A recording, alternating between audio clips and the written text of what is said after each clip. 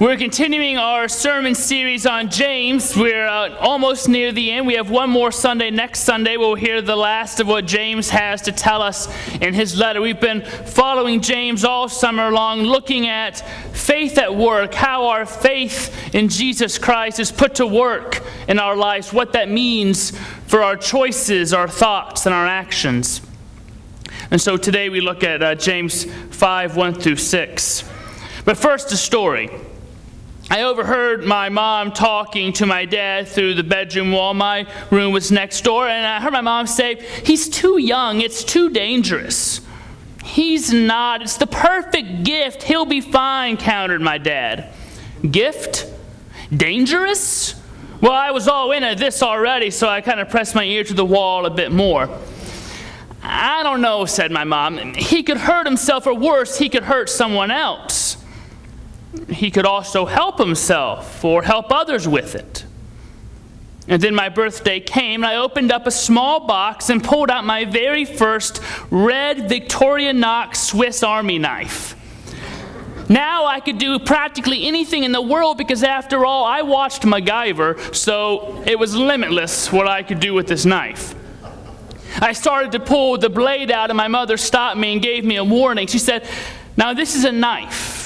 It's not a toy. We're going to trust you with this gift, even though it's dangerous. It's a tool. You have to be smart with it, kind with it, and remember how dangerous it can be." Now, my mom had reason to give me such a warning because she had given this dangerous gift before. This wasn't her first rodeo giving a pocket knife. She was very proud when she was younger. She was giving her younger brother, Dave, a pocket knife for his birthday. And she was so excited about giving this gift, and she thought it was the perfect thing. And my Uncle Dave opened it up, and he thought it was wonderful, and then he closed it up and practically sliced off his finger, blood pouring everywhere, and my mother felt so guilty. She thought she'd given this perfect gift.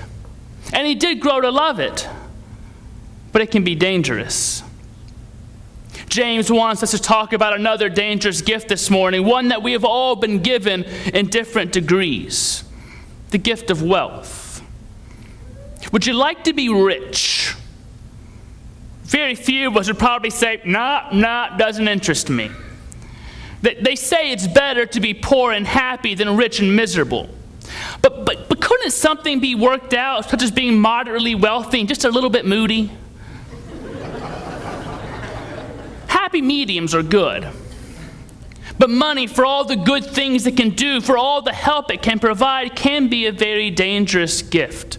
And so in the opening of chapter 5, James gives warning to those who have abused this gift. So if you can, take out your pew Bibles in front of you or underneath your seats if you're in the first row. Turn to page 181 in the New Testament. It's James chapter 5, and we're looking at verses 1 through 6. And James uses this technique called an apostrophe, where he talks to people who probably aren't actually listening to him. But he calls out a group of people and acts as though he's talking to them, even though he knows they may not be able to hear. It's called an apostrophe. He says, "Come now, you rich people, weep and wail for the miseries that are coming to you. Your riches have rotted and your clothes are moth-eaten. Your gold and silver have rusted, and their rust will be evidence against you, and they will eat your flesh like fire. You have laid up treasure for the last days. Listen, the wages of the laborers who mowed your fields, which you have kept back by fraud, cry out, and the cries of the harvesters have reached the ears of the Lord of hosts. You have lived on the earth in luxury and in pleasure. You have fattened your hearts in a day of slaughter. You have condemned and murdered the righteous one, who does not resist you." James isn't real big on nice, soft, flowery language sometimes. Have you caught that so far this summer? He just kind of lays it out there. And here he's writing to us, warning us, we who are the rich. Statistics tell us that those who live in the 40 poorest countries of the world, where over 3/4 of the world population lives, the annual per capita income there is $270. That's a year. How does it feel to make in a week what a large portion of the world makes in a year. Ronald Sider, in his book, Rich Christians in the Age of Hunger, writes, "Most Christians in the Northern Hemisphere simply do not believe Jesus' teaching about the deadly danger of possessions. We all know that Jesus warned that possessions are highly dangerous, but we do not believe Jesus. Christians in the United States live in the richest society in the history of the world, surrounded by 1 billion hungry neighbors. Yet we insist on more. James is writing to people he describes as rich, yet they probably did not have a standard of living higher than the majority of Americans today. James says in order to use money properly, whether it is a little or a lot, you have to take God into account. You see, God is not nearly so concerned with what you do with the millions of dollars you don't have than how you use the $10 you do have. So something to think about. Are you spending your money on the things that are really important to you? The answer is probably yes. But the real question we should be asking is, are you spending your money on the things that should be really important to you? So I want to talk about 3 ways to use the gift of money wisely and safely based here on what James has to say to us. The first is, don't hoard it greedily, manage it wisely. The first 3 verses, James says, "Come now, you rich people, weep and wail for the miseries that are coming to you." Cheerful. "Your riches have rotted and your clothes are moth-eaten. Your gold and silver have rusted, and their rust will be evidence against you, and it'll eat your flesh like fire. You have laid up treasure for the last days." See, the Bible never actually condemns the accumulation of wealth, only the abuse of wealth. Actually, in 2 Timothy chapter 6, it says that all the wealth we have for our pleasure. That the wealth exists so we can lead abundant lives, but the problem comes in when it's abused. The gift itself isn't good or bad, it's just dangerous. It's not a sin to have riches, but it is a sin to hoard riches. In Ecclesiastes 5:13, the writer of this wisdom book says, "There is a severe evil which I've seen under the sun, riches kept for the owners to his own hurt." It's keeping things to the point they rust because you never pull it out of the basement, but you know it's there and you want to make sure you have it. It's like Scrooge McDuck filling up that giant tower with gold coins and just going swimming in it every once in a while. I never understood how he could jump into that gold and not break his face every time. It always confused me. You see, the Bible does not discourage the acquiring of wealth, nor does it say that there's anything sinful about saving. The Apostle Paul in 2 Corinthians says, "Now for the 3rd time I am ready to come to you, and I will not be burdensome for you, for I do not seek yours, but you. For the children ought not to lay up for the parents, but the parents for the children." And the idea that you should save some for your children. I've already started a small college fund for Verity. That's not a bad thing to save in those ways. It's a good use of the gift of money. See, there's a difference between saving and hoarding. When we save, it's for a purpose, and hopefully a good purpose. Hoarding is collecting just to have something, to possess it, to own it, to have more than anyone else, to eventually get turned where you call it my precious, and you start creeping over creeks and turning back and forth saying, "It's mine, no, it's good," and you start freaking out because this thing begins to control you. You become like Gollum. Have you ever seen the show Hoarders? That show freaks me out. And it's amazing because somebody will say, "Can we get rid of these stack of newspaper that's moldings from 1940? Oh my gosh, you can't get rid of the newspapers. And we almost want to laugh at it. But it's not funny. Because for those people, they've become, who they are is so strongly identified to what they collect that they can't give it up. It's a dangerous gift. Wealth of any kind, whether it's the collection of cameras or the collection of baseball cards or the collection of newspapers or the collection of money. When we begin to hoard it just to have it, and to lose it means to lose part of ourselves. That's when it gets dangerous. That's why Jesus says in Luke, watch out, be on your guard against all kinds of greed. A person's life does not consist in the abundance of their possessions. But we fall into that trap very often. You see, God never intended money to be a goal in and of itself. We are to use our money, not to hoard it. Benjamin Franklin said, money never made a man happy yet, nor will it. There's nothing in its nature to produce happiness. The more a man has, the more he wants. Instead of its filling a vacuum, it makes one. If it satisfies one want, it doubles and triples that want another way. So what are you doing with your money? What are you spending it on? What are you saving it for? Is your money being a blessing to anyone, or is your money hurting someone, whether directly or indirectly? Is the saving of your money instead of spending it hurting anyone? Could you be giving more? And by not giving more, who is suffering? Secondly, don't withhold it deceitfully, but earn it honestly. In verse 4, James says, listen, the wages of the laborers who mowed your fields, which you kept back by fraud, cry out, and the cries of the harvesters have reached the ears of the Lord of hosts. The tense of the verb kept back in the original Greek indicates that the laborers will never get what's owed to them. They'll never get their salaries. Day laborers in Palestine lived on the very verge of starvation. Their wage was small. It was impossible for them to be able to save anything. And if the wage was withheld, even for a day, he and his family may not be able to eat. That's why there's laws in scriptures again and again insisting on the prompt payment of wages for day laborers. You can read in Deuteronomy chapter 24, it says, you shall not oppress a hired servant who is poor and needy. You shall give him his hire on the day he earns it, before the sun goes down, for he is poor and sets his heart upon it, lest he cry against you to the Lord, and it will be sin in you. You see the picture here, these starving families, men weak with hunger, but one day a landowner calls them and says, hey, I have a few odd jobs around the farm. You come, you'll get $25 for a couple hours. It's not much, but it's better than nothing. It's enough to buy milk for the baby, a little bit of meat for the family.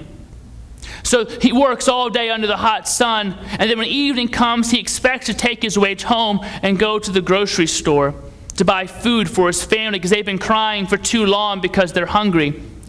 But at the end of the day, the landowner shows up with a couple strong arms with him and says, I don't have the money right now. Maybe come back next week and I'll be able to pay you.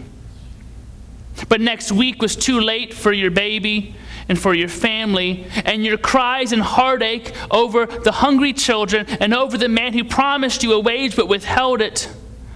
Well, those cries of yours and your wives and your children, James says, has reached the throne of the universe. James reminds us that the Lord hears the cries of those who have been cheated. In fact, he uses the special name for the Lord as the Lord of the Sabaoth, or Lord of hosts, which basically means the Lord who controls the armies of the universe. You probably don't want to get on that person's bad side. The Lord of the hosts is one of the majestic names for God and portrays him as the supreme commander of the heavenly armies. This conveys the idea that the abuse of the poor gets the attention of the supreme commander of the universe. You see, God cares. God cares a great deal about how we use our money, because how we use our money affects the lives of so many. It affects hunger and health and life and death and family and happiness and safety. God cares deeply about all those things, and money often provides or withholds those things. And so God deeply cares about how we use this gift.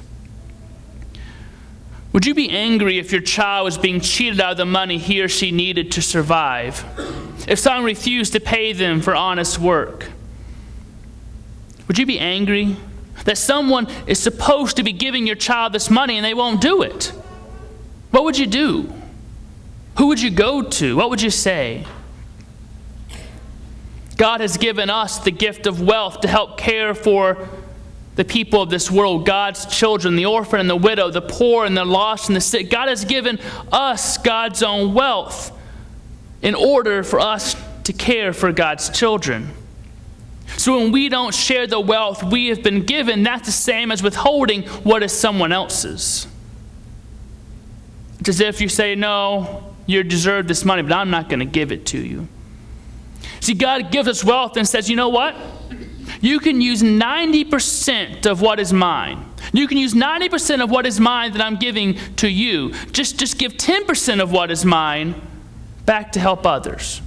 You keep 90% of what is mine and you use it however you want. Just give 10% of what I gave you that's really mine on others. And you know what the majority of Christians say? No, how about I use 98 or 99% of what is yours, and maybe I'll give 1% to others. But if I need it for anything, I reserve the right to keep 100% of what is yours for myself. Do you think that angers God, the parent of these children who are hungry? Third, don't spend it selfishly, share it generously. James says, you have lived on the earth in luxury and in pleasure. You have fattened your hearts in a day of slaughter. You have condemned and murdered the righteous one who does not resist you. James is sickened by how people don't give out of what they have been given. You know, national statistics show that mainline Protestant Christians only give 1% or 2% of their wealth back to God on average. Presbyterians are among the smallest givers. Is James talking to me? Is James talking to us? Have we lived in luxury and pleasure while condemning our neighbors to hunger and homelessness? Do we justify our wealth by convincing ourselves that people who are poor deserve it because they are lazy, or they do drugs, or they've made too many mistakes? Do we quote misleading statistics as a way to convince ourselves that our money isn't well spent on the needy anyway? And then we get outraged at crime among the poor, the desperate, and we falsely believe that it has nothing to do with us and how we spend our money. You see, everything is connected. Money may trickle down, it may not. I'm not an economist. But I do know that generosity trickles down, and so does hate, and so does judgment, and so does greed. What is the legacy of the gift of our wealth that God has given to us? When we think about legacies, we think about wills. And have you thought about how easy it is to remember others in your will? Just a simple line. You could call your lawyer tomorrow and say, I would like to change my will and just add a single sentence. I'd like to leave 10% of my estate to United Presbyterian Church. I'd like to leave 10% of my estate to Commonplace. I'd like to leave 10% of my estate to the Center for Prevention of Abuse. Just one line is all it takes. Do you know how many people die a year in Peoria? Imagine, let's say each estate is worth around $100,000 and 10% was left just to this church among the 30 people that usually end up passing away a year among our congregation. That'd be $300,000 a year. We could pay off our mortgage under 3 years. We could pretty much pay our whole staff for a year and have all kinds of money to start new missions and ministries.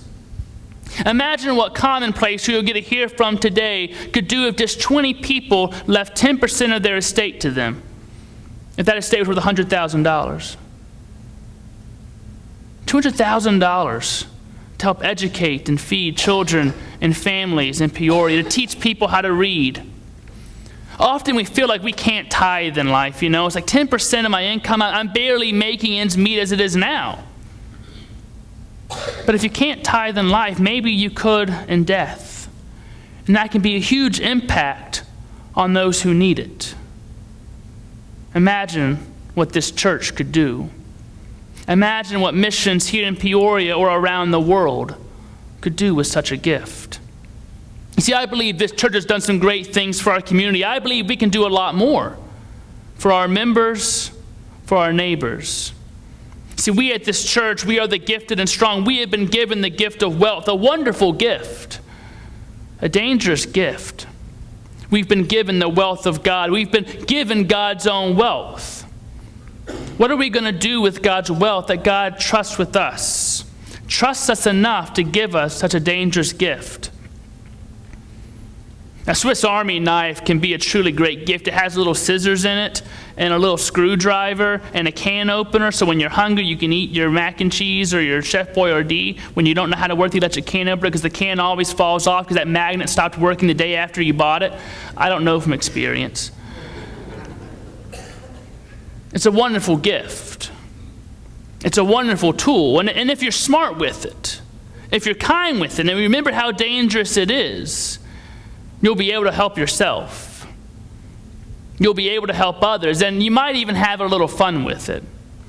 I was able to help others with that knife on occasion, and I had a lot of fun with it. But I also did some pretty stupid things with that knife. Things that weren't smart, things that weren't kind. I used a tool in a way that was never really meant to be used, and at times I forgot how dangerous it could be. I forgot the reason I was given the gift in the first place. I kind of think money's like that. It can be a truly great gift, but it's a tool, not a lifestyle or a goal. You have to be smart with it, kind with it, and remember how dangerous it is. And sometimes we help ourselves with our money, and sometimes we help our families, and sometimes we help people we don't even know. And sometimes money makes life just a little bit easier and a little more fun. There's nothing wrong with that. And sometimes we can help others that we don't even know with our money. But there are times, I think, with each of us, we forget the reason why we were given this gift of wealth in the first place.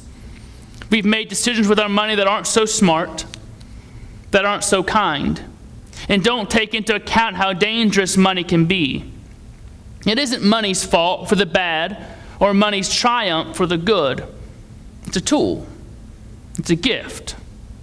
A dangerous gift, but a powerful one. One trusted to you, the gifted and strong. How will you use it? How will you spend it? How will you save it? How will you share it? May the ways we spend, may the ways we save, may the ways we share be dangerous. May they be dangerous for poverty, dangerous for injustice, dangerous for hunger, dangerous for prejudice, dangerous for inequality, and dangerous for division. May the way we use our money be dangerous for anything and everything that stands against the kingdom of God, and dangerous for anything that keeps God's children from leading abundant and thriving lives. May we use this dangerous gift to be dangerous for all those things that rob life instead of give life. Let us pray together.